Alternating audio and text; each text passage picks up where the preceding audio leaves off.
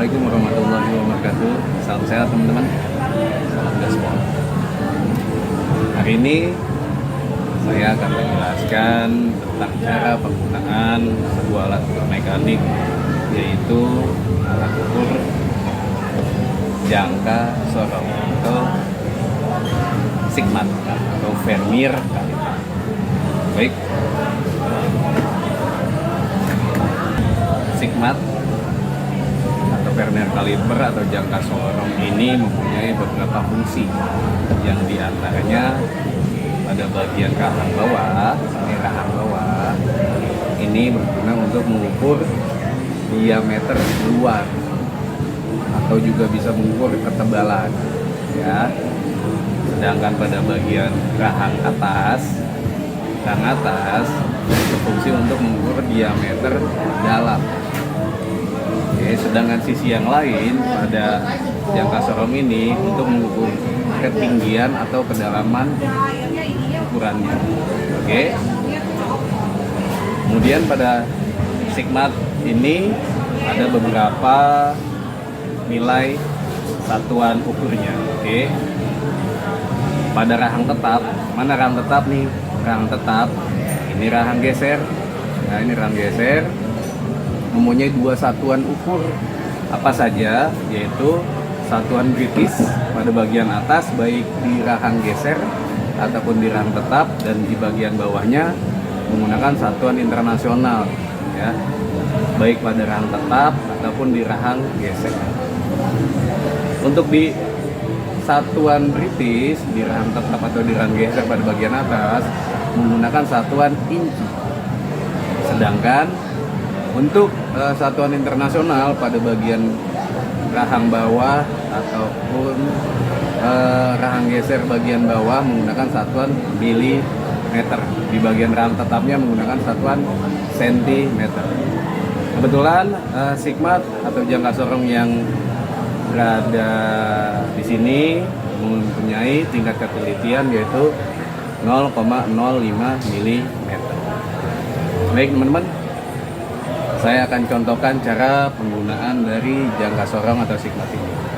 Yang pertama, kita akan mengukur diameter dalam pada bearing ini, ya, diameter dalamnya. Berarti menggunakan rahang bagian atas.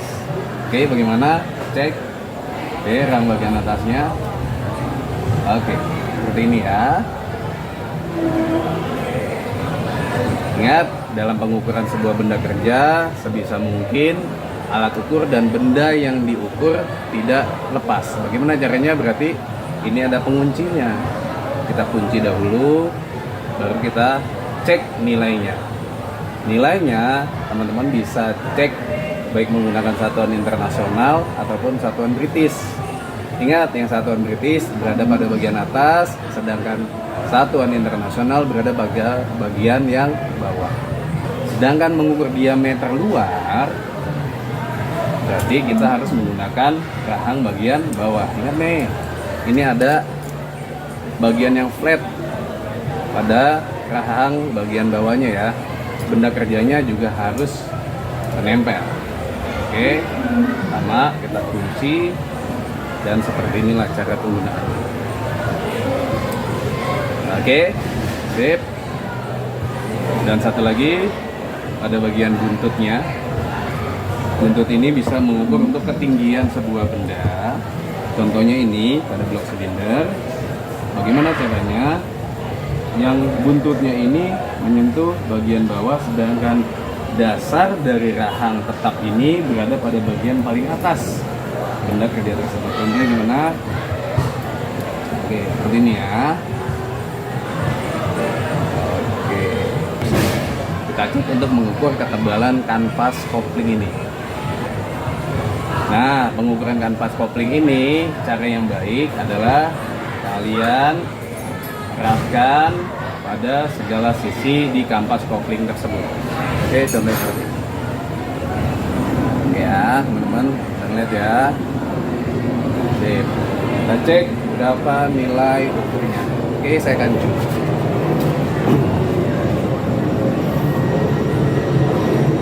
Baik, yang kalian perhatikan adalah cek jari saya ini. Lihat angka 0 pada skala nonius atau yang berada di rahang geser bagian bawah dengan satuan milimeter. Angka 0-nya berada di garis ke berapa nih? Garis ketiga. Oke, garis ketiga pada rahang tetap berarti nilainya adalah 3 mili. Namun garisnya tidak tegak lurus antara angka 0 pada skala nonius dengan angka 0 pada rahang tetapnya. Kita cek pada skala nonius bagian bawahnya nih, rahang gesernya yang tegak lurus berapa nilainya.